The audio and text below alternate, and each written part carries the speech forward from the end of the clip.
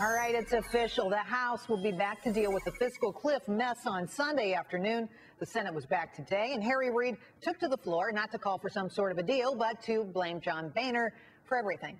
Joining me now, Ford O'Connell, chairman and co-founder of the Civic Forum PAC. Great to have you back, Ford. So, I mean, come on. Reid was crazy today. I want you to respond to what he had to say. Here's Reid. The American people, I don't think, understand the House of Representatives is operating without the House of Representatives. It's being operated with a dictatorship of the Speaker. So how do you respond to that? A dictatorship of the Speaker, John Boehner, putting down his fist and making everything not happen. Hello.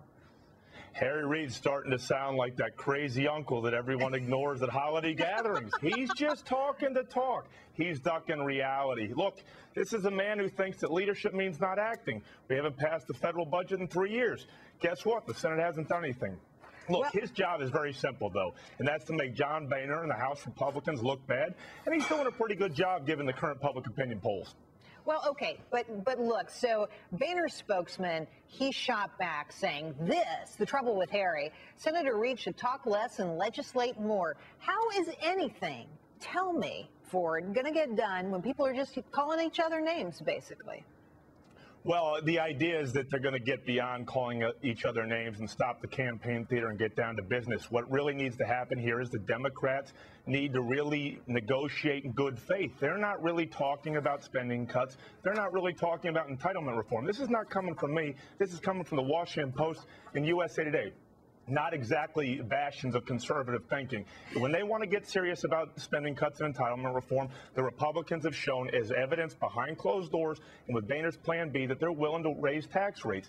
This can be done. The question is whether or not both sides want to get there. And right now, the ball's really in the Democrats' court. They're two of the three branches needed to make a compromise here. Well, okay, so there was an interesting story breaking down the original negotiations that broke down.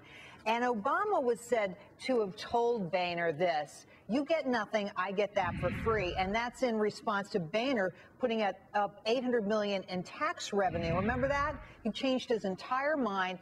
And Obama said basically, you know, this is, I don't have to respond to this, I'll just take it. How do you respond to that? Well, President Obama is doing what he did on the campaign trail. He's governing in a negative way and with an iron fist. He wants John Boehner and House Republicans to respect his perceived election mandate. And frankly, John Boehner was acting in good faith because in a lot of ways by allowing tax rates to go up on certain segments of the population, he was compromising principle in hopes of something in return. And the president basically offered nothing in return. So, you know, everybody's coming back to town, right? Apparently, the House members are going to be here by Sunday. But hello, there is a big storm out there. Hundreds of flights have been canceled. It's very possible that not everybody is going to be able to be there.